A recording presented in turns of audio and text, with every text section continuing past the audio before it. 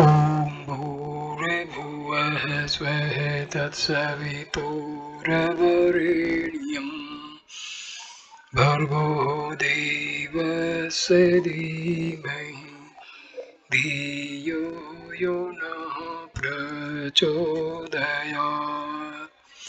ॐ शान्ति शान्ति शान्तिः. Namaste my dear friends.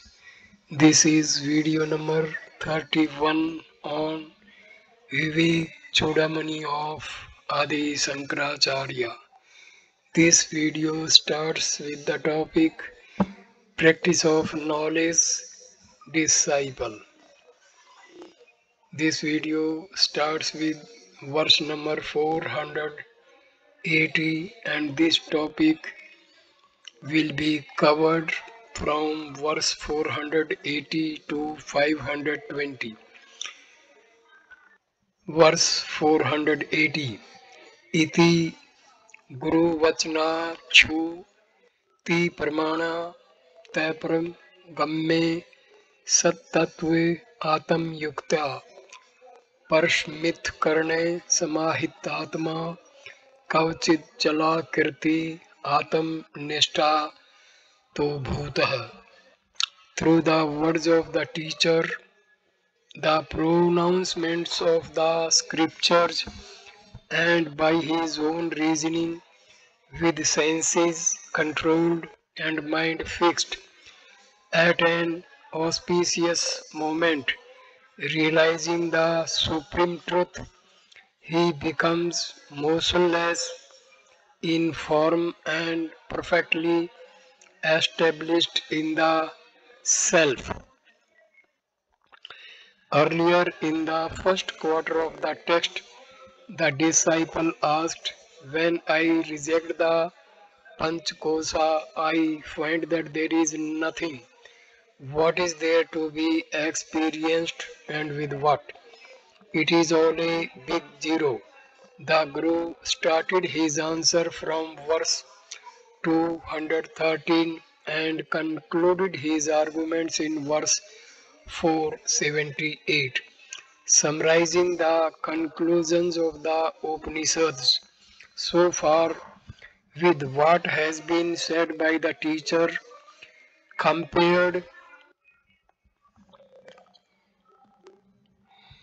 with the Upanishadic declarations and one's own independent logical thinking, one gets indirect knowledge of the self. Now, having gained this indirect knowledge, if he quietens his sense organs and also quietens his mind and intellect in contemplation of Narayana, he gains direct experience of the reality. Thus the disciple becomes immovably established in the nature of the self. A rare student thus becomes. Stanza 481. Kinchit kalam samadhaya pre brahmani mansam उत्थाय परम आनंदidam vachanam brevit. After concentrating his mind on the Supreme Brahma for some time, he rose and out of supreme bliss he spoke as follows. When one transports oneself into the experience of infinitude, nobody can say how long the experience will last. There is no count of time. It all depends upon the individual. Time is relative and its standards cannot be exchanged in the different planes of consciousness. To reach, there is your Purushartha, but having reached, no Purushartha is involved. Having lived in that state of Samadhi for an immeasurable period of time, the disciple rose from his seat of meditation. He could not contain his joy within the web of his body, mind, intellect, equipment, So he cried out and declared in exquisite ecstasy the infinite bliss of his experience. Stanza 482. बुद्धिर विनष्टा गलिता प्रवृत्ति ब्रह्म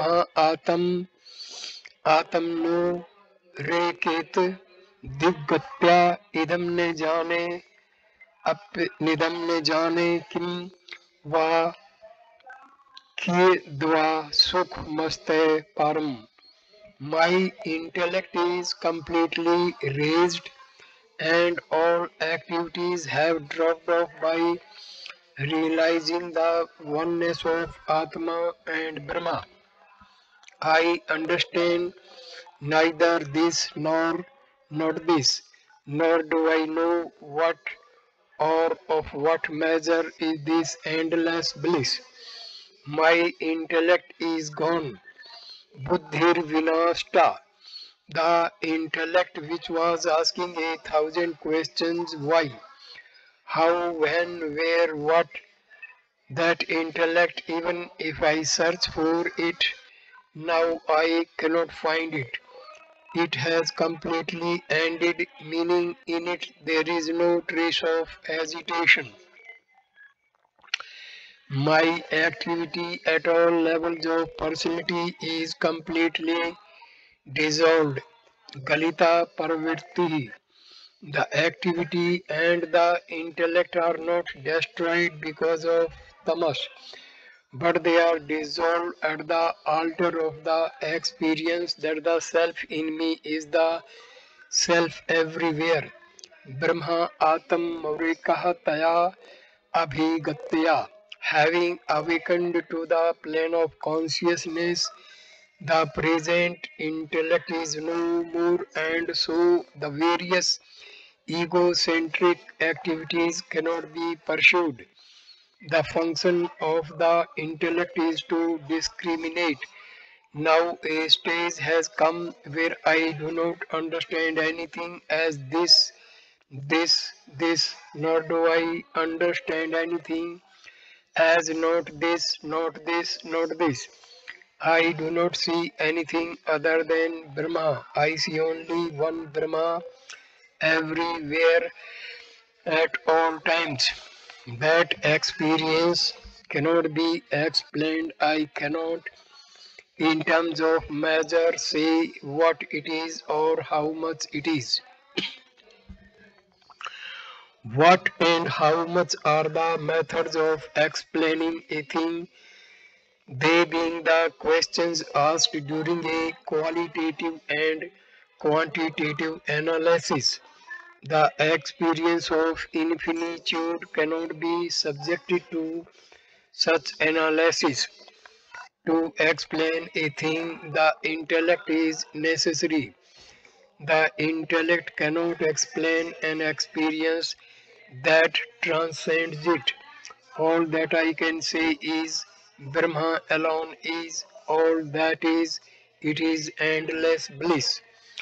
With that experience, when I look around, all things get destroyed in the sense, all names and forms disappear and only pure consciousness remains. The meditator, without getting up from his seat, jumps up and dances without legs in the ecstatic joy where there is no mind to enjoy, and thunders forth where there is no mouth to talk. Stanza 483. वाचा वक्तुम शक्यमेव मनसा मनु निवा शक्यते सब आनंद मृत पूरी पुरित ब्रह्मा वधुर्देव भवम अभोर राशि विशीर्ण वार्षिक शिला भावम भजन में मनु यशा सांसल्वे विलीन मधु आनंद आत्मना निर्वर्तम. Impossible for speech to express, impossible for the mind to conceive is the splendor of the ocean of the Supreme Brahma, replete with the swell of the nectarine bliss of the self. In an infinitesimal part of it, my mind merged like a hailstone in the ocean is now content with the essence of that bliss. A change of meter is adopted here to shoot the song of ecstasy. It is impossible to express in words the experience of infinitude. It is not possible to think of that experience with the mind. It is the glory of the ocean of the Supreme Self, which is immortal joy. This glory is the unending infinite bliss of my own real nature. Overflowing bliss, eternal and immortal, is the ocean of the infinite self, whose glory can neither be expressed nor thought of. When I go there, I cannot exist. When I come back, I cannot explain. What happens to you at that time? My mind becomes exactly like the hailstone fallen in the ocean. A hailstone is essentially water.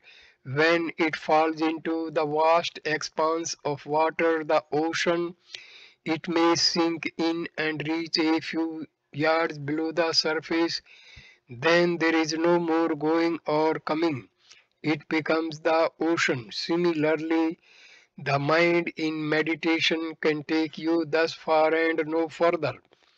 All that I can say is that it is Ananda. In it there is a complete sense of fulfillment.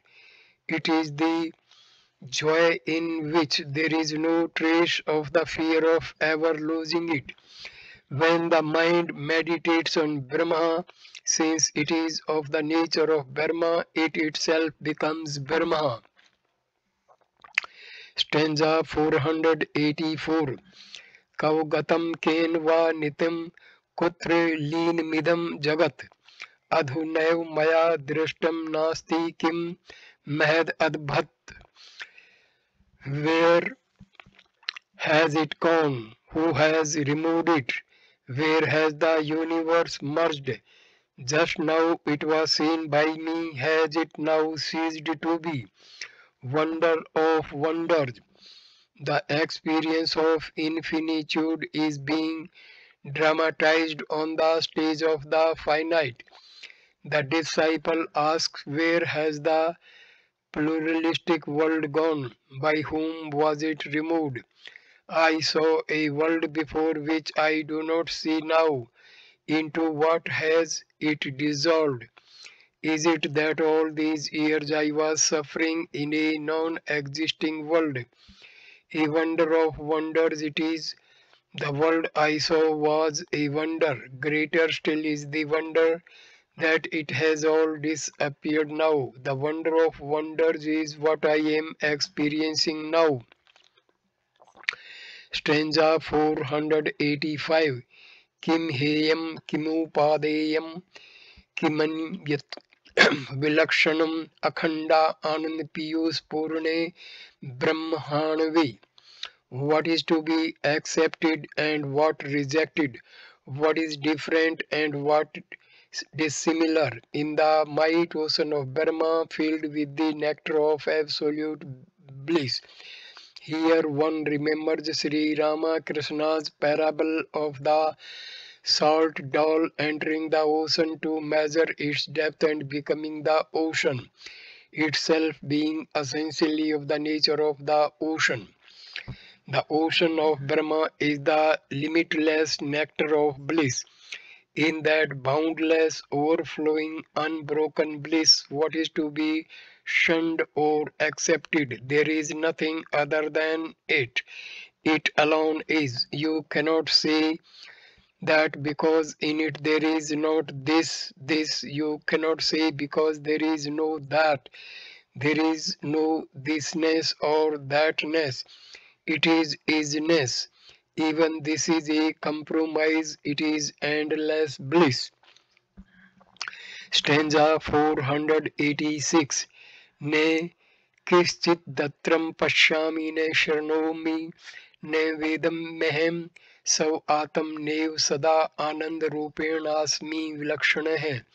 In this I neither see nor hear nor know anything. I exist as the Atma, bliss eternal, distinct from everything else. In the culmination of meditation, where the meditator has merged into the meditation, there are no objects other than me, nor are there any equipments of experience. There is neither mind nor intellect. I simply exist as myself. So Atam Neva. It is the total annihilation of the individuality at the altar of the Absolute. In my own self I revel as myself with myself, which is of the nature of unbroken bliss at all times. Unique, it is something totally different from all that is known. Verse number 487. नमो नमस्ते गुरुवे महात्मने विमुक्त संगाय सदुत्तमाय नित्य आनंद सरस्वरूपिणे भूमने सदा पारदा बद्धुधामने. Salutations to thee, O noble Guru, who art free from attachments, best among the noble ones, the embodiment of the essence of eternal non-dual bliss, who art endless, ever the limitless ocean of mercy. The student remembers his teacher who has showed him the path and is grateful to him. O large-hearted one, Mahatmane, he exclaims, large-hearted because in spite of our weaknesses and animal tendencies, he, with his infinite kindness, lifts us from our present limitations to the vision of this great goal. The salutations are not offered to the form, the physical frame of the teacher, for he who is the best among realized ones, who has segregated himself from his physical, emotional, and intellectual layers, from egocentric attitudes, and from the sense of fulfillment arising out of objects, emotions, and thoughts, is the Guru. The teacher is of the nature of Brahma itself. He is addressed here as best among the realized ones because there are a number of realized ones in the world, but it is this master who has helped the student and guided him to the realization of the self. The description of the teacher given in this verse is that of Brahma itself, Nitya, Advaya, and Anand Savrupa. The teacher is that sourceless ocean of kindness which is eternal, non-dual, and the all-pervading bliss form. To that teacher my namaskaras. Stanza 488.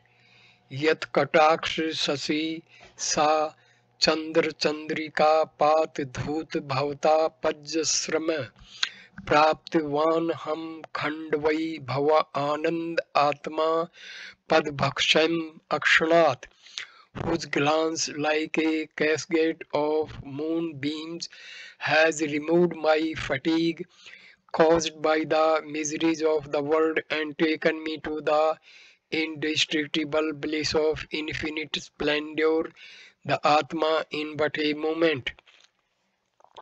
As the moon cools the earth which has been baked by the sun during the day, the sorrows arising in one's bosom because of worldly tensions are lifted by the compassionate glance of the teacher. The personality which has been feeling the tensions of sansaric sorrows is cooled and comforted and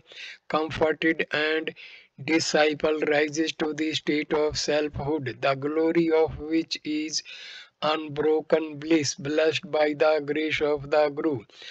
The sansaric exhaustions gathered during one's lifetime are all lifted from the personality in a twinkle of the eye by the Guru's grace. The example of the moonlight cooling the earth is taken because the moon does not actually come in contact with the earth to remove its heat.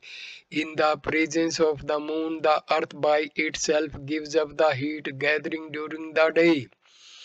Similarly, the student in the presence of the teacher, guided by his knowledge himself, reaches the cool comfort of the blissful state of the self and leaves all the tensions and stresses of life created by the ego and the endless avarices of the flesh.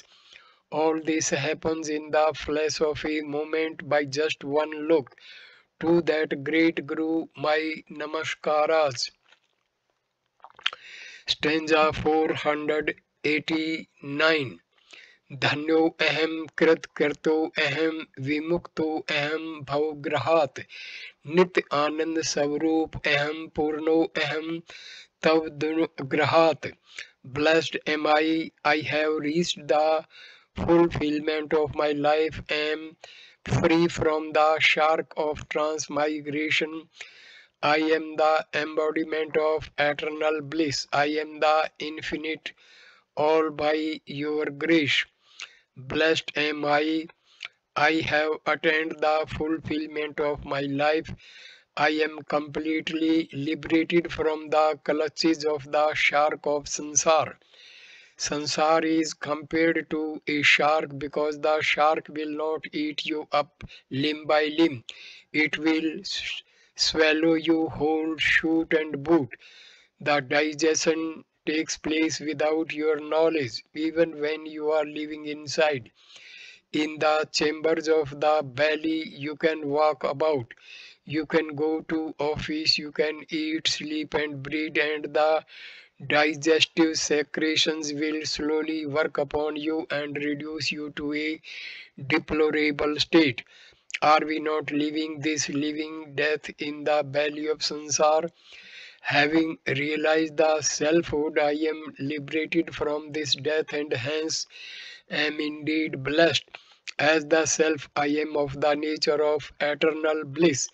I am full. There is no sense of deficiency and consequently there is no desire to supply it. All this is gained by the grace, O teacher, to thee my namaskaras. Asango ham lingo ham bhangur prashanto ham ananto ham loham chirantanah. Unattached am I, disembodied am I, free from the subtle body am I, and undecaying serene am I, infinite am I, unsullied am I, and endless too. The teacher has been advising and guiding the student up to verse 478. From verse 482 onwards, it is the student who is talking. Having realized this selfhood, the student talks about his experience of infinitude. From 82 to 489, he was talking as the PFT. Now the entire vision has changed. Having reached the Paramatman, the individual who has become the self cries out in the ecstasy of his identification with Brahma. These verses help the sadhakas in their contemplation.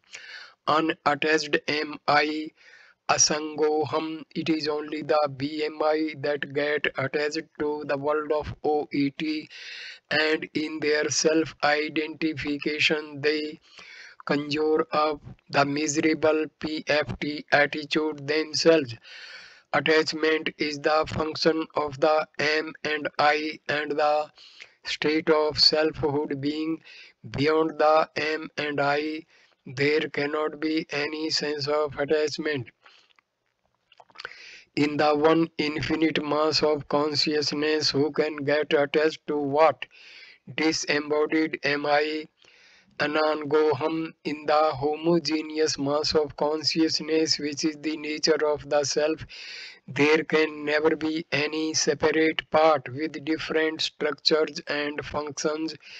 As the self is a realm transcending the physical, mental, and intellectual bodies, there are no limbs in the self. Free from the subtle body am I, Elangoham. The instruments of feeling and thinking together constitute the subtle body which I otherwise called in Vedanta as Linga Srira. The term Alinga means one devoid of the am and I and therefore of their agitations. Undecaying am I, Abhanguraha.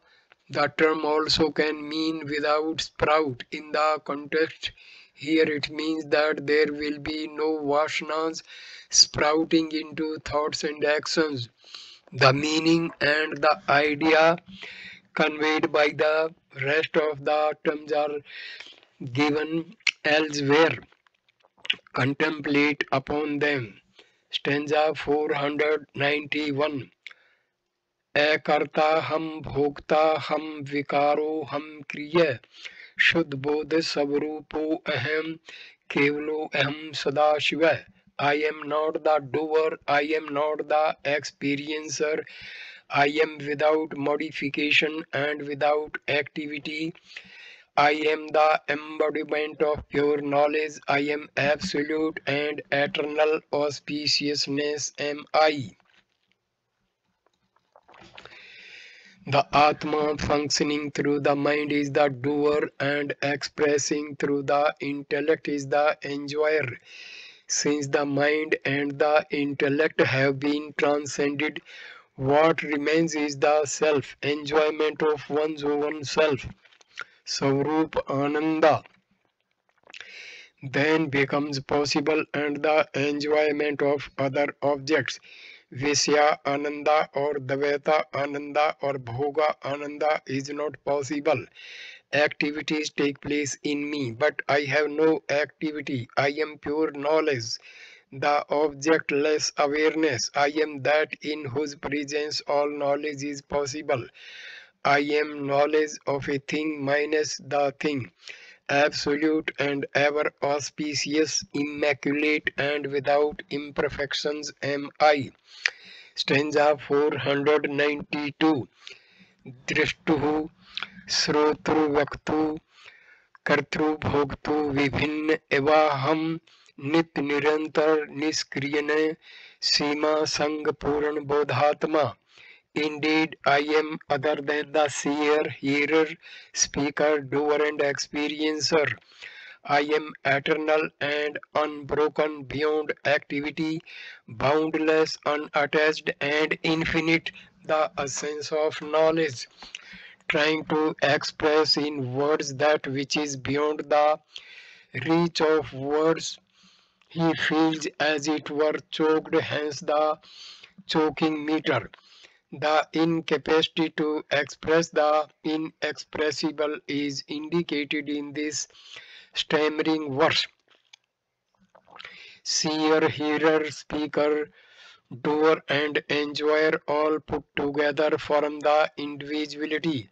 When the individuality is transcended, one reaches the state of selfhood. There is the negation of the PFT in the first half and the assertion of Om in the latter half of the verse. Upon this, contemplate. Stanza 493. Na ham idam na madope bhayo bhas bhaskam param shuddham baya abhantar shunyam purnam Brahma Divityamev Vaham.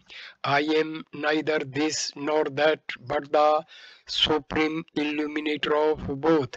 I am pure, I have neither an exterior nor an interior. I am infinite, verily I am the non-dual Brahma. The student, while experiencing the pure consciousness, feels I am neither this which I considered myself to be through avidya, nor am I that which the teacher made me understand through vidya. I am the illuminator of both these avidya and vidya, which are but aspects of my intellect. I am the Supreme Self. This means the body. With reference to the body, we generally say inside and outside. Inside the body are matters subjective, and outside the body are matters objective. If the body itself is not, then what is inside or what is outside? Inside and outside of what? In deep sleep, when the body is not available, there is no inside and outside. In that condition, is the darkness inside or outside the body? It is Purnam, all full. I am the non-dual Brahma, other than which there is nothing at all. Stanza number 494. Nirupam mana ditvam tavam hi mid mad iti kalpana duram nit anandai karsam satyam brahma divitye vaham. I am unparalleled, the original-less reality, beyond such imaginations as you and I, this and that, the essence of bliss eternal, the truth non-dual Brahma am I. Reality is unequaled and is without beginning. Time itself is a concept projected on Brahma. Egocentric attachment with my body, gross, subtle and causal, is I. Egocentric projection on your body is you. Thus you and I can only be at the egocentric BMI level. With reference to my body, that which is nearer to it is this, and that which is further away is that. This and that are just another set of superimpositions at the gross level. These concepts imply conditioning in space. The self is beyond time, space and causation, eternal and non-dual. That Brahma am I. Verse number 495. Narayano aham narkanto ko aham पुरांत को अहम पुरुषो हमीशः अखंडो बोधो हम शेष साक्षी निरीश्वर ओ अहम निरहम न निर्मम. I am Narayana, I am the slayer of Narka, I am the destroyer of Tripura, I am the supreme being, the Lord. I am unbroken knowledge, I am the witness of everything. I have no other Lord, and I am devoid of I and mine. Who makes these statements? It is not the one who is the son, daughter of one's parents. It is the one who is established Arudha in the self, who cries out.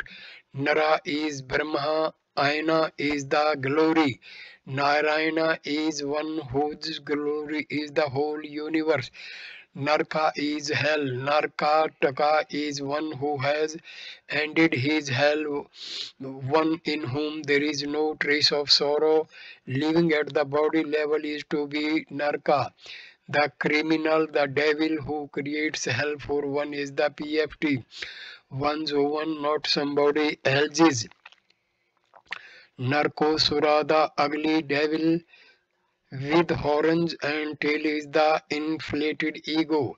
When he is destroyed, the Atma is attained.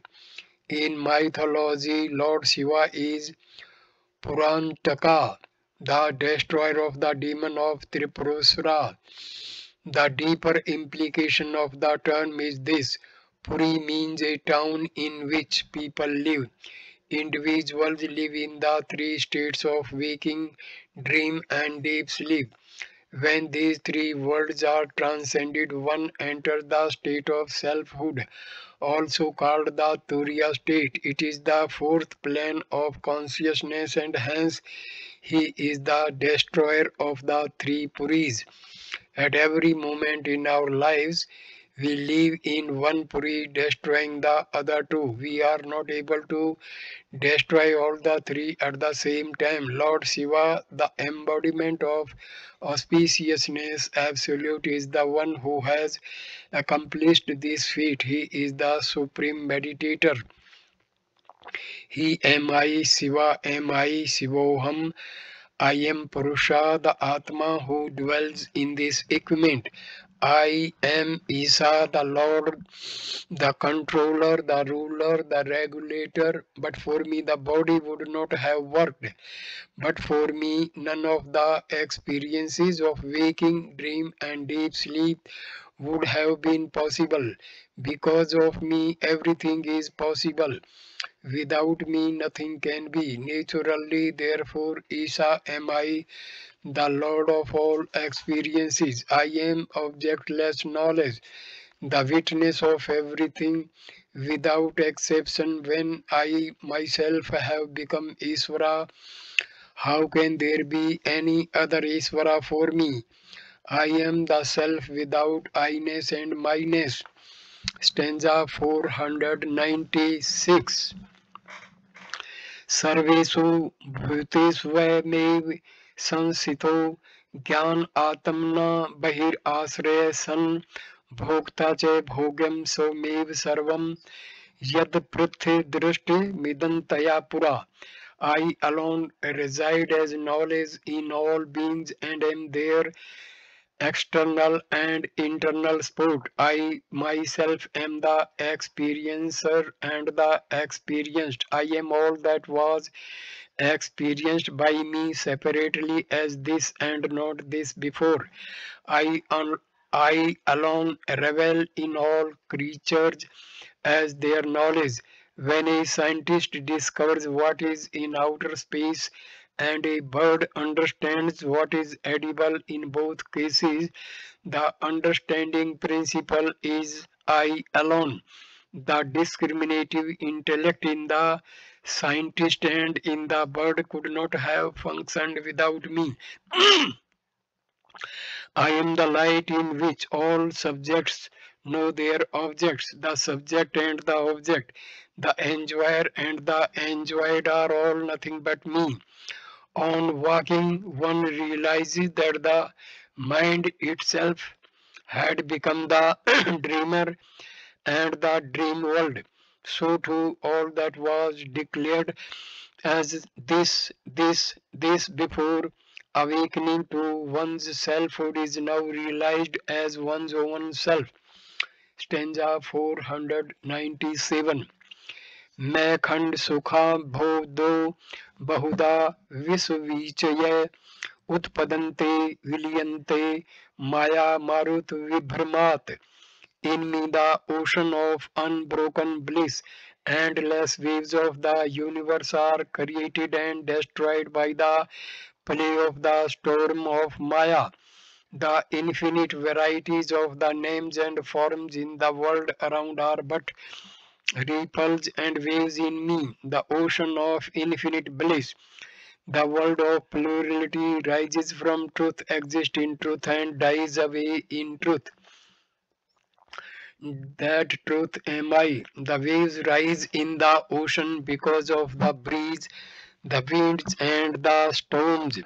Maya, the non-apprehension of reality, is the cause because of which the waves of misapprehension rise, exist, and subside in me. Who am I? The ocean of bliss. Stanza 498.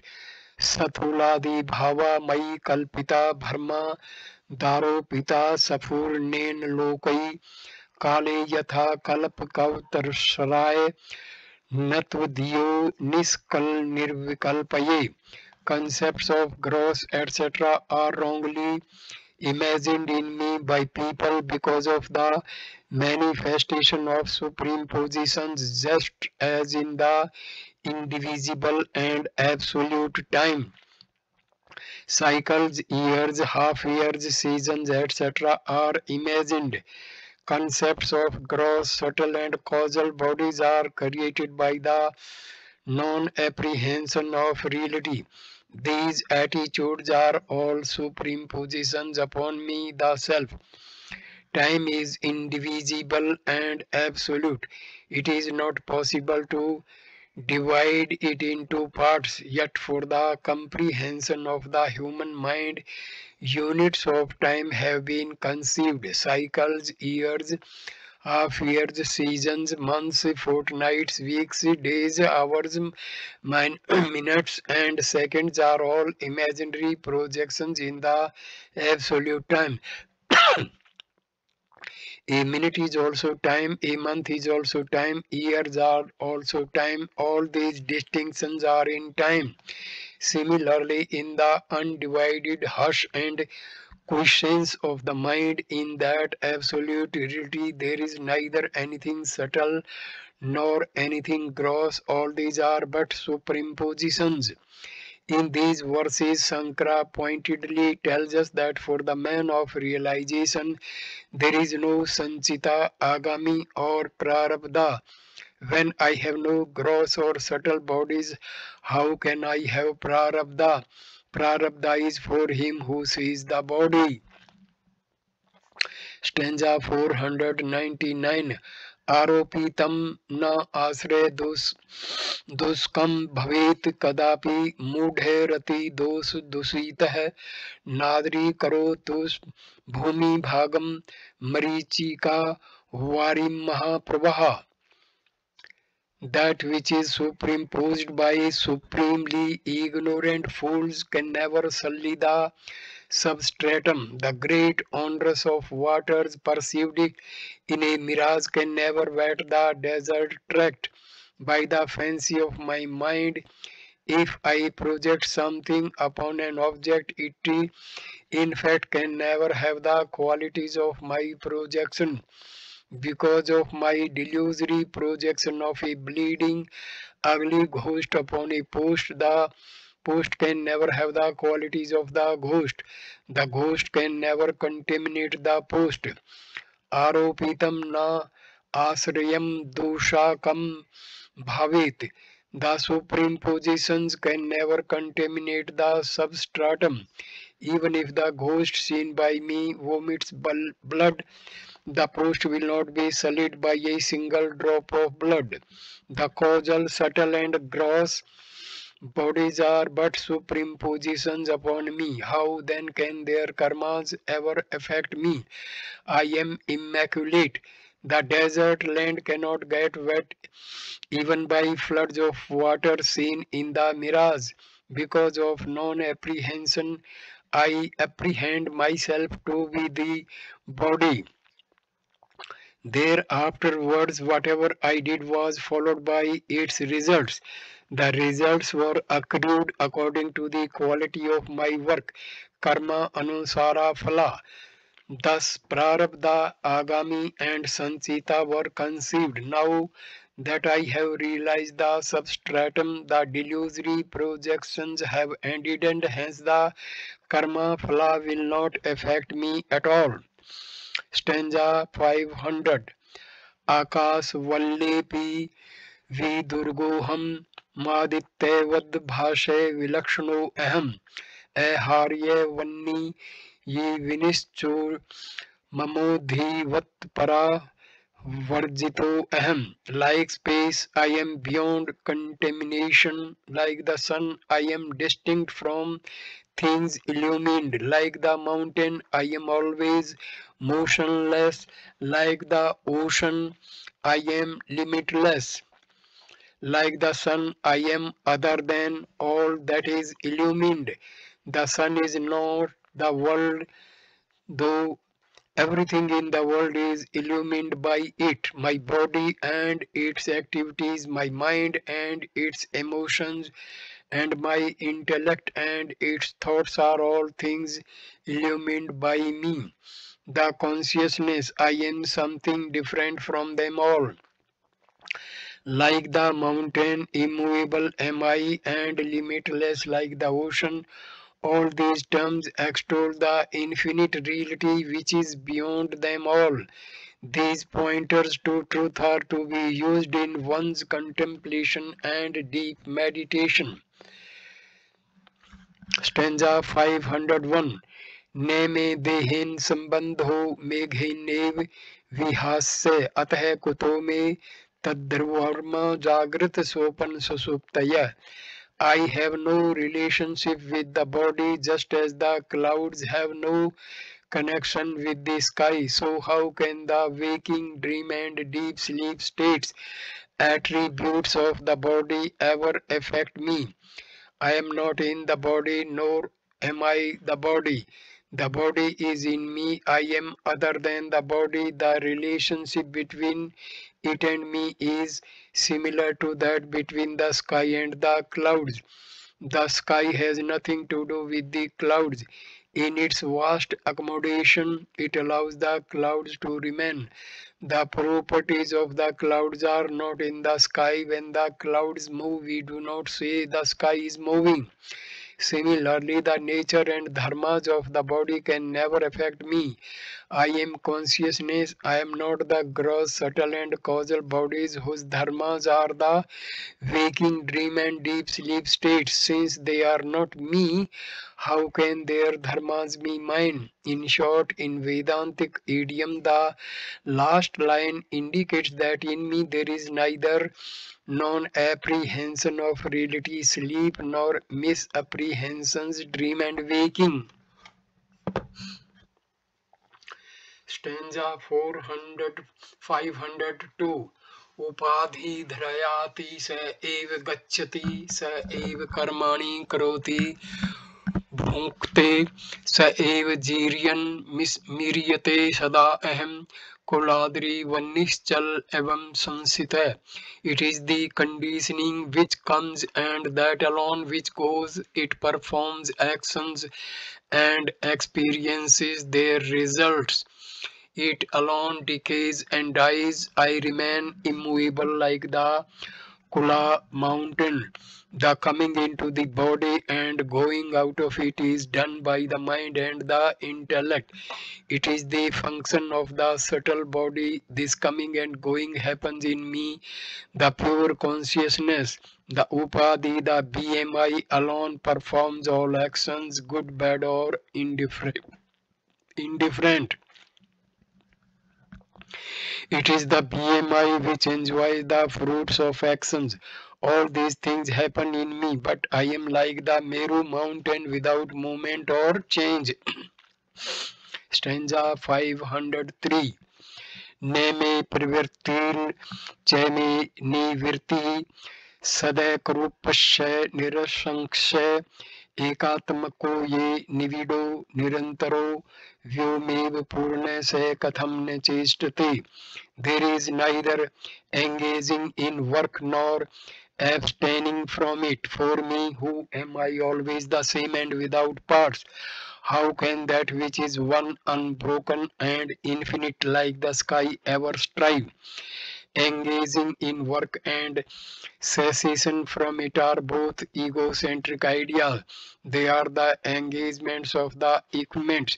Since I am not in any way connected with the equipments, I am not doing anything good nor am I doing anything bad, being totally uninvolved in everything.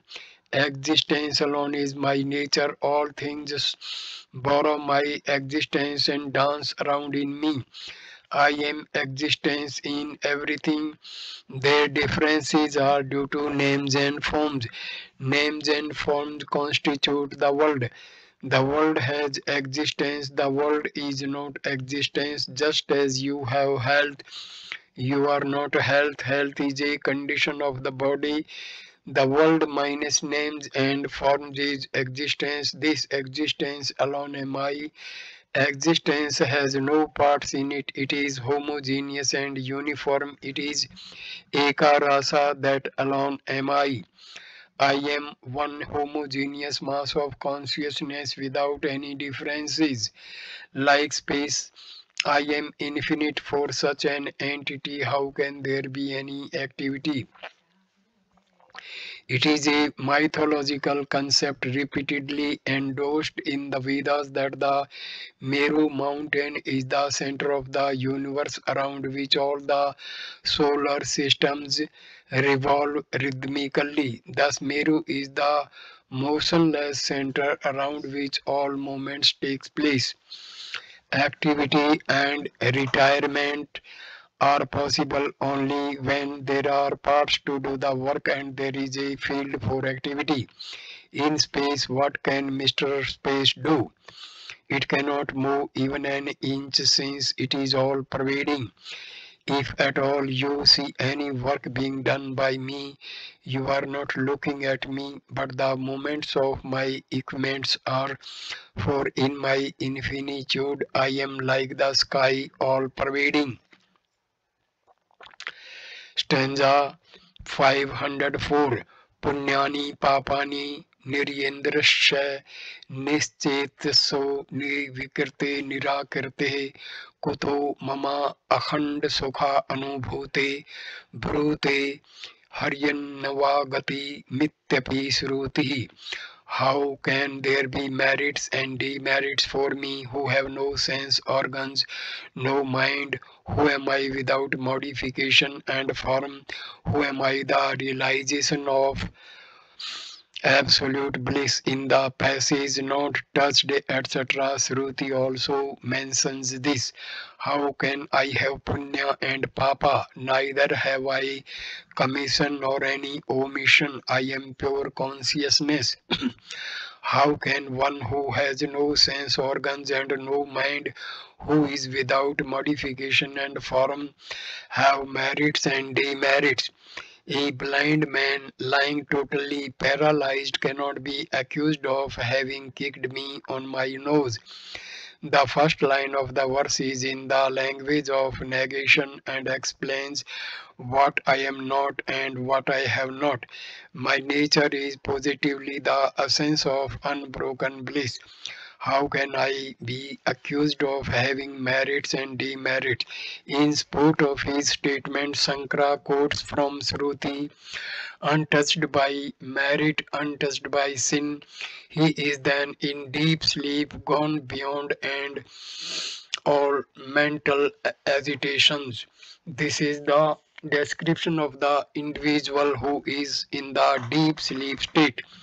The Brihadaranyaka Upanishad Yajanvalkya, the teacher says, so while explaining the sleeper, in sleep, the individual is in deep ignorance, mola ajnana.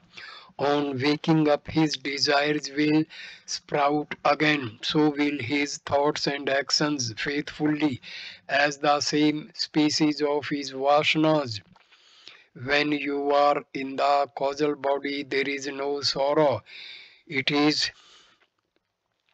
only in the realm of effect that there is sorrow. How can there be sorrow for the individual who has gone beyond his vasanas to Om?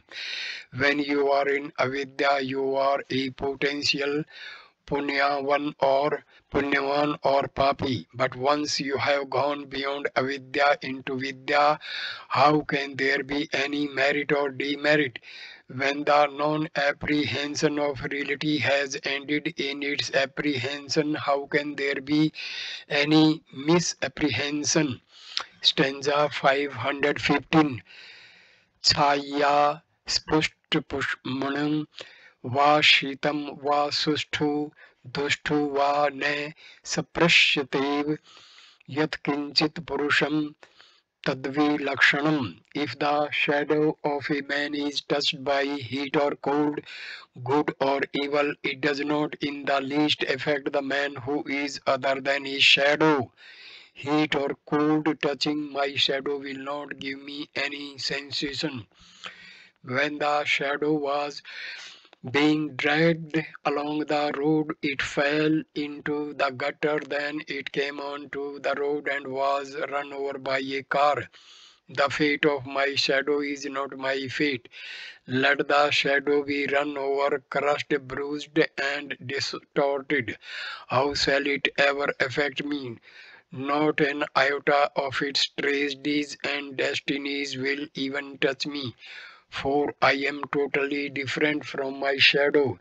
Thus, the man of realization is untouched in his awakened consciousness by the experiences of the world that he apparently gathers during his waking dream and deep sleep. Stanza 406. Ne sakshinam sakse dharma संस्पृशन्ति विलक्षणम् अविकारमुदासीनं ग्रहधर्म प्रदीपवत्. The witness is not affected by the properties of things observed, for it is distinct from them.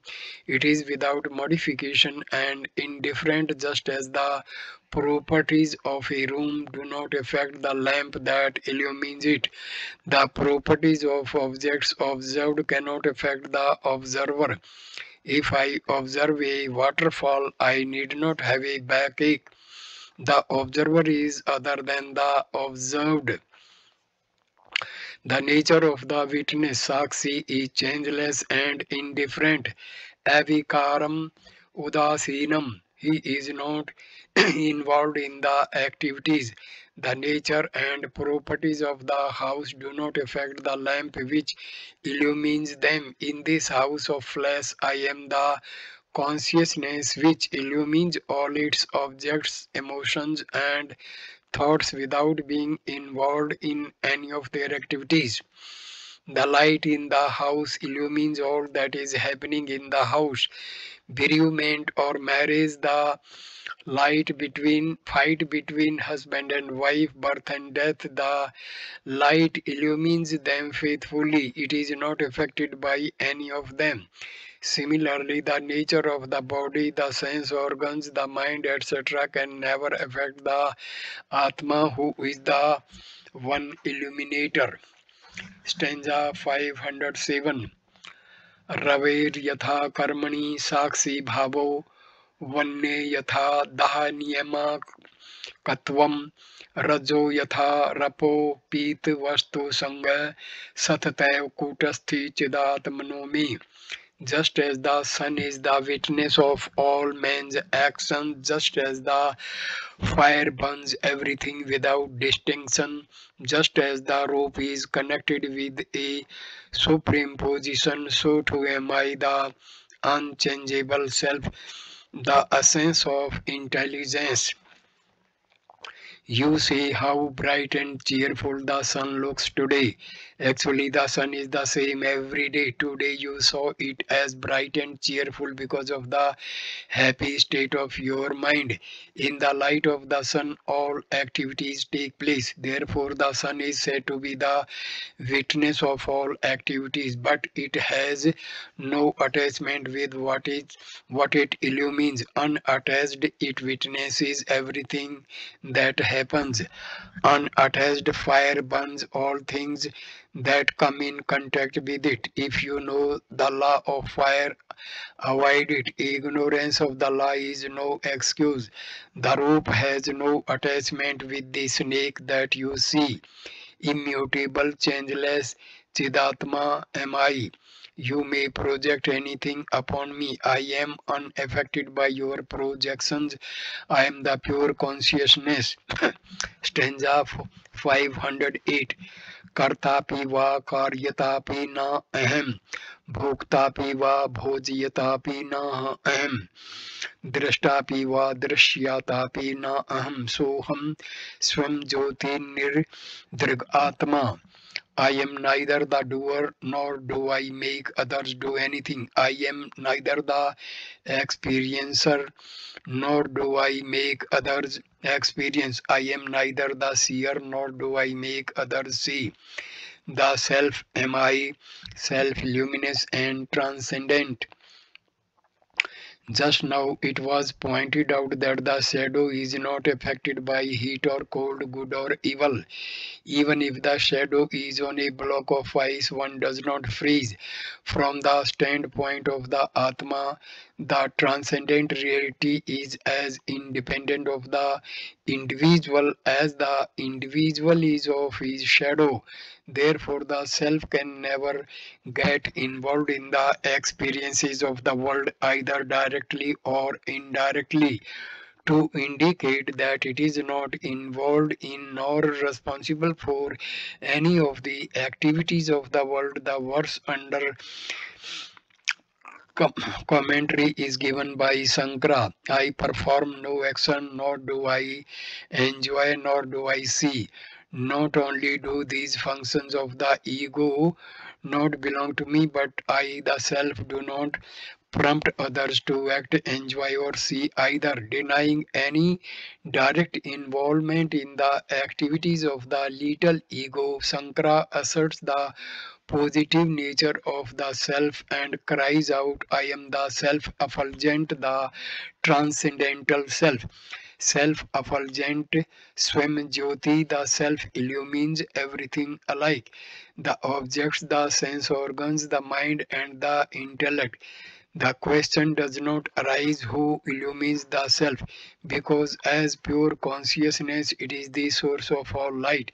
It is unborrowed light, transcendental, anidriyagata atma, something which cannot be explained by comparison with things known, that is transcendental. Stanza number 509. चलतुपादो प्रतिबिम्बलोलः मोपाधिकं मूढधियो नियन्ति सौबिम्भूतं रविदिविनिष्क्रियः कर्तास्मि भोक्तास्मि हतोऽस्मि हेति. When the conditioning moves, fools attribute the resulting movement of the reflection to the object reflected, like the sun which is devoid of activity, and they cry out, I am the doer, I am the enjoyer, I am being killed. Alas! When the reflecting medium is disturbed, the reflection gets disturbed. If the sun is reflected in a bucket of water and the water is disturbed, the image is also disturbed. The sun is not disturbed. If anyone thinks the sun is moving, he is indeed a fool. If a child sees the image broken, he cries out, the sun is broken. When the child cries out for the moon, the mother generally gives him a mirror. He sees the moon reflected in it and is happy because he thinks he has the moon. He plays a while with the mirror and then drops it. It breaks and the child cries thinking the moon has broken. This is exactly our condition. When the body is ill, we say, I am ill. When the mind is a little agitated, we say, I am agitated. When the intellect is worried, we say, I am worried. I, the Atma, like the sun, am never involved in any of these activities. Fools, not knowing that all these are the play of the equipments, cry out, I am the doer, I am the enjoyer, I am the sufferer, I am dying, oh alas. Stanza 510. Jale vapi sathale vapi लुठत स्वेश जडात्मकः न अहम विलिप्ये तदो घट धर्मे नमो यथा. Whether in water or on land, let this inert body drop down. I am untouched by its properties, like the sky is untouched by the properties of the jar. This unnecessary weight of 75 kilos that I am carrying around with me, let it drop down anywhere. I am not involved or contaminated by its dharmas. Let it fall wherever or whenever it likes, the quicker the better. Just as the space is not contaminated by the properties of the pot, I am not conditioned by the dharmas of the physical body. I am the infinite reality. Verse number 511. कर्तृत्व भोक्तृत्व खल मत्तता जड़तव बद्धे त्वे विमुक्त तदाय बद्धे विकल्पाने शांति वस्तुतः सौ समिंत्र ब्रह्मणी केवल Dave डूवरशिप enjoyership cunning, drunkenness, dullness, bondage, and freedom. These passing states of intellect are in reality never in the self, which is the supreme Brahma, absolute and non-dual. I am the illuminator of all intellectual concepts which are nothing but thought waves in me. Intellectual judgments, wise or otherwise, are all in me. I am but their illuminator. In point of fact, none of them really exist, for the nature of reality is pure infinite consciousness. Awake as I am to that reality, no intellectual concepts and judgments have any significance at all. Stanza 512. Santu vikara prakirte sadha satdha सहस्रधावापि किम मे संग चिंतन घने कवचिदम्बरम स्पृष्टि. Let there be modifications in Prakriti in 10, 100 or 1,000 ways. What I have unattached knowledge absolute got to do with them. The clouds can never touch the sky. Prakriti is the realm of matter which undergoes modifications at every moment. There are modifications at the physical, mental, and intellectual levels which do not affect me, for I am the substratum of all of them. Let there be any changes in tens, hundreds, and thousands, I have nothing to do with them. I, the self, am unattached to the matter envelopment, so their changes do not affect me. As long as I am attached to the body, its changes are my changes, and so I suffer the consequent sorrows. When I am unattached, I am not affected by the changes taking place in that realm. For instance, as long as I am attached to the Bombay office, the worries of the Bombay office are my worries. The moment I am transferred to Pune and hand over change at Bombay, then the Bombay problems are no longer my problems. Similarly, before realization, I was attached to the body, and so I suffered the persecutions of the body. When I detach from it, its sorrows no longer affect me. Just as clouds come and go, but space is never affected by them. The pure consciousness in which, among other things, this body also exists. That consciousness am I, so I have nothing to do with the body. This is the sort of complete detachment and positive experience of the infinite eternal consciousness, the state of perfection to which the student has risen. Stanza 513. अव्यक्त आदि स्थूल पर्यंत में तत् विश्वम यत्राभासमात्रम प्रतीतम व्योम प्रख्यम सूक्ष्मादंतहीनम ब्रह्म अद्वैतम यत्तदेवामस्मि.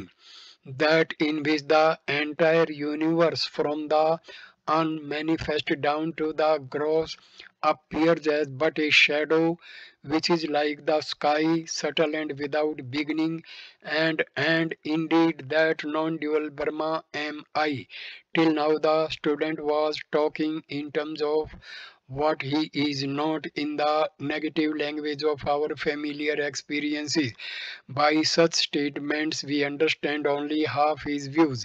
Standing in the known, we can stretch our intellect into the unknown. So, a few verses are now given in positive language in which the student tries to say what he is. The wisdom of reality not known to us at the moment is pointed out, where our intellect can make at least an attempt to stretch itself. Suppose I introduce myself to you and say, I am not my younger brother, I am not my sister either, etc. I cannot be satisfied with such an introduction because I have not said who I really am. But if I mention the name of a common acquaintance, you will perhaps know who am I. I am the nephew of Gopal Krishna's wife's cousin's uncle. Similarly, the student is somehow hooking his experience of the infinite to our non-experiences. Whatever it is that I am, yat tat eva aham asmi, that nature of which is now explained that I am, from the unmanifest down to the grossest OET, everything is called Vishwa. The universe consists of the entire world, the equipments of experience and the objects of experience. This universe is only a projection rising out of imagination. Aisa mantram. Brahma, the reality, is the substratum upon which all these imaginations are projected. That reality am I. That reality is infinite and all pervading. It is without beginning and end. Like space, it is extremely subtle. That great reality, that non dual Brahma am I. Stanza 514. Sarva Adharam Sarva Vastu Prakasham Sarva Akaram Sarvang Sarvashunyam Nityam Shuddham Nischalam Nirvikalpam Brahma Advaitam Yat Deva Hamasmi. That which is the sport of all, which is the illuminator of all things, which is of all forms, which is omnipresent, devoid of multiplicity, eternal, pure, motionless and absolute. Indeed, that non-dual Brahma am I. Adhara means substratum, that without which things have no existence. The substratum for cloth is cotton, for the pot it is mud, for the chain it is gold, for the universe it is Brahma. Verily it is Sarva Adhara, the illuminator of all. Sarva Vastu Prakasham. It illumines form through the eyes, sounds through ears, smells through the nose, taste through the tongue, touch through the skin, feelings through the mind, and thoughts through the intellect. All forms are its own. It is the cause for this entire universe. The infinite in its grossification has become the stone that the plant life, the animal life, and the human life, all forms that constitute the universe, are its forms alone. It is all pervading, devoid of plurality. All these are but its expressions. It is eternal, unconditioned by time. It is pure, uncontaminated by the BMI, PFT, and OET. It is motionless. Everything moves in it. It has no movement. It is absolute and is beyond all modification. This absolute factor, whatever it be, that I am. Stanza 515. Yat pratyaya sesa maya vishesham pratyag rupam pratyaya gamme manamam satyajnana anant anand rupam brahma advaitam yat deva hamasmi. That which transcends the endless differentiations of Maya, which is the subjective essence in all, which is beyond the range of consciousness, which is of the nature of truth, knowledge, and endless bliss. Indeed, that non-dual Brahma am I. All pluralistic misconceptions are the creations of Maya, Maya Pratita Dvaita Bhavana. When reality is experienced subjectively, all these misconceptions and reality cannot be understood by properties. That which has properties can be understood through the BMI. If Atma is perceivable, it becomes an object of our cognition. Atma is the subject because of which we are able to cognize things. The essence in me because of which I know everything I know can never be an object. Eternal pure consciousness which is endless bliss is my nature. This non-dual Brahma alone am I. Stanza 516. निष्क्रियो सम्मे विकारो अस्मि निष्कलो अस्मि निराकर्ति निर्विकल्पो अस्मि नित्यो अस्मि निरालंबो अस्मि निर्द्वयः. I am devoid of activity, modifications, parts and forms. I am absolute and eternal with no other sport and non-dual am I. Till now, because of my identification with the BMI, the nature of the BMI was my nature. Now that I have realized the self, I have become of the nature of the self. My identification with Brahma has ended my identification with the matter vestures. I am the self from which they draw their nurture and nourishment and perform actions in the world. The self never acts. That non-dual Brahma alone am I. Stanza 517. सर्व आत्म को अहम servo अहम सर्वातीतो हम द्वयम केवल अखंडो बोधो हमा आनंदो अहम निरंतर है. I am the universal, I am all in all, I am transcendent and non-dual, I am absolute unbroken knowledge, I am bliss and eternal am I am the self everywhere. I am the universal. I am names and forms are nothing but me. At the same time as the absolute, I transcend them all. Unbroken, objectless awareness am I. There are no distinctions in me. The happiness that we know today is only an interval between consecutive sorrows. The bliss that we know is broken by the sequence of sorrows. Since there is no sorrow in that realm of experience, it is absolute unbroken bliss. That bliss is not within the ambit of relative experiences but is beyond them. Stanza number 518. Savrajya sa bhaje vibhutirisha bhavat kirpa Sri Mahim Prasadat प्राप्ता मया श्री गुरुवे महात्मने नमो नमस्तेस्तु पुनर्नमस्ततु.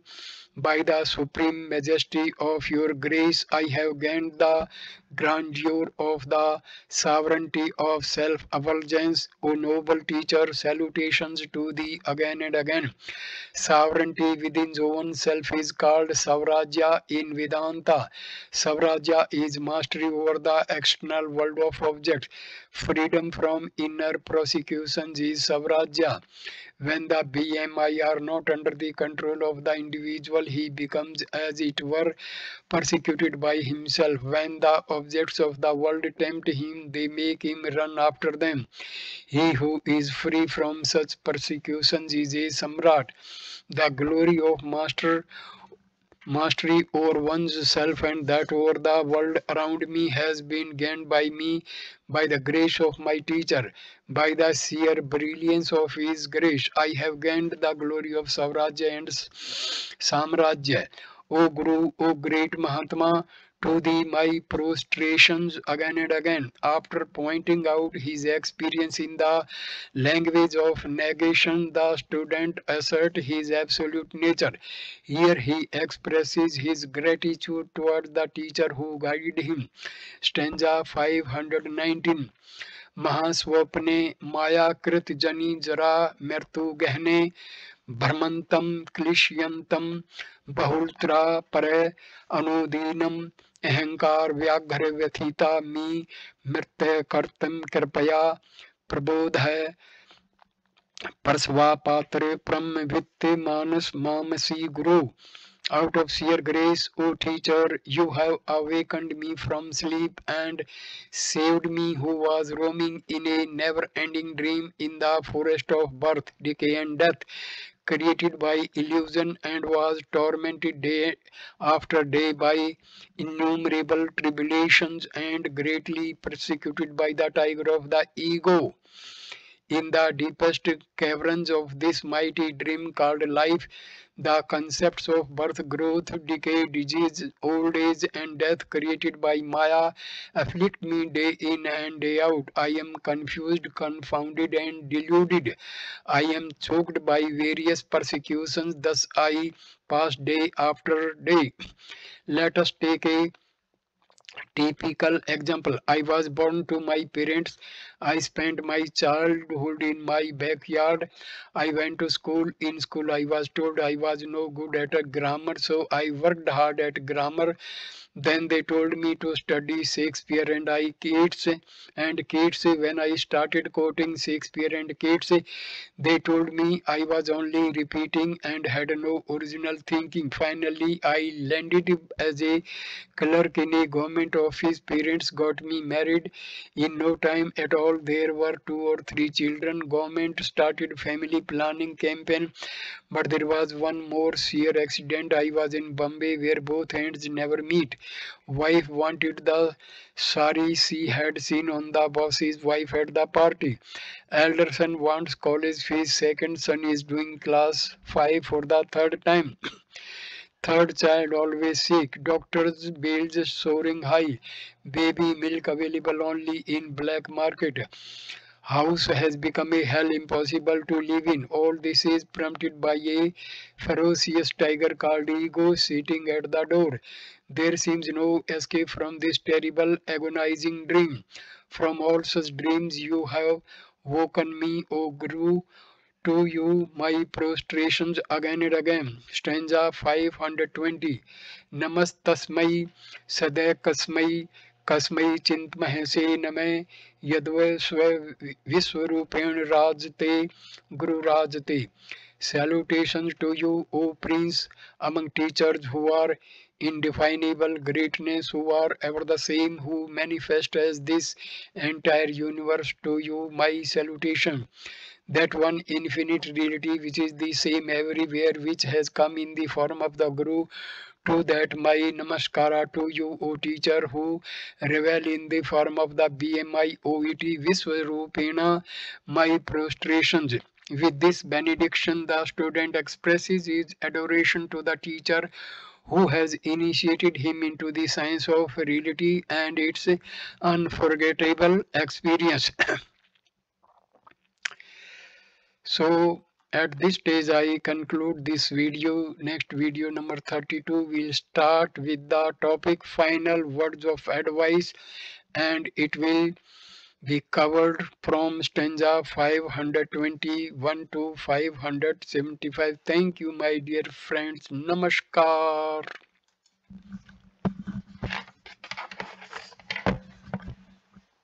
एक वजन के पीछे गौरी हो रही